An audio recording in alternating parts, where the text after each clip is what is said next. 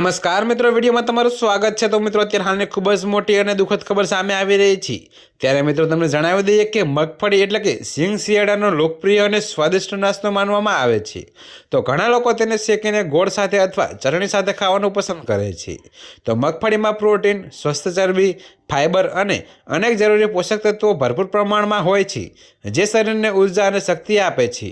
જો કે દરેક વ્યક્તિ માટે શેકેલા મગફળી ફાયદાકારક હોય એવું નથી। જી હા મિત્રો, તો તમને જણાવી દઈએ કે શેકેલા મગફળી પણ આમાંથી અપવાદ નથી। કેટલીક સ્વાસ્થ્ય પરિસ્થિતિઓમાં તેનું સેવન નુકસાનકારક સાબિત થઈ શકે છે। તેથી શેકેલા મગફળી કોને ટાળવી જોઈએ અને વધુ અથવા અયોગ્ય સેવનથી કઈ આડઅસરો થઈ શકે છે તે સમજવું ખૂબ જ મહત્વપૂર્ણ છે।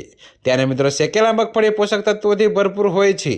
તેમાં પ્રોટીન, સ્વસ્થ ચરબી, dietary fibre, vitamin A, vitamin B complex, magnesium, phosphorus અને પોટેશિયમ જેવા મહત્વપૂર્ણ તત્વો હોય છે। ત્યારે મિત્રો, આ પોષક તત્વો શરીરને ઉર્જા આપે છે અને સામાન્ય સ્વાસ્થ્ય જાળવવામાં મદદ કરે છે। તો મિત્રો, તમને જણાવી દઈએ કે વધુમાં તેમાં રહેલી સારા પ્રકારની ચરબી હૃદયના સ્વાસ્થ્ય માટે લાભદાયક માનવામાં આવે છે, કારણ કે તે ખરાબ કોલેસ્ટ્રોલને નિયંત્રિત કરવામાં મદદ કરે છે।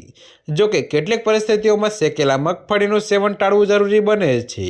તો મિત્રો, આયુર્વેદ નિષ્ણાત કિરણ ગુપ્તા અનુસાર જેમને ગેસ, અપચો, કબજિયાત અથવા પેટ ફૂલવાની સમસ્યા હોય તેમને શેકેલા મગફળી ટાળવી જોઈએ।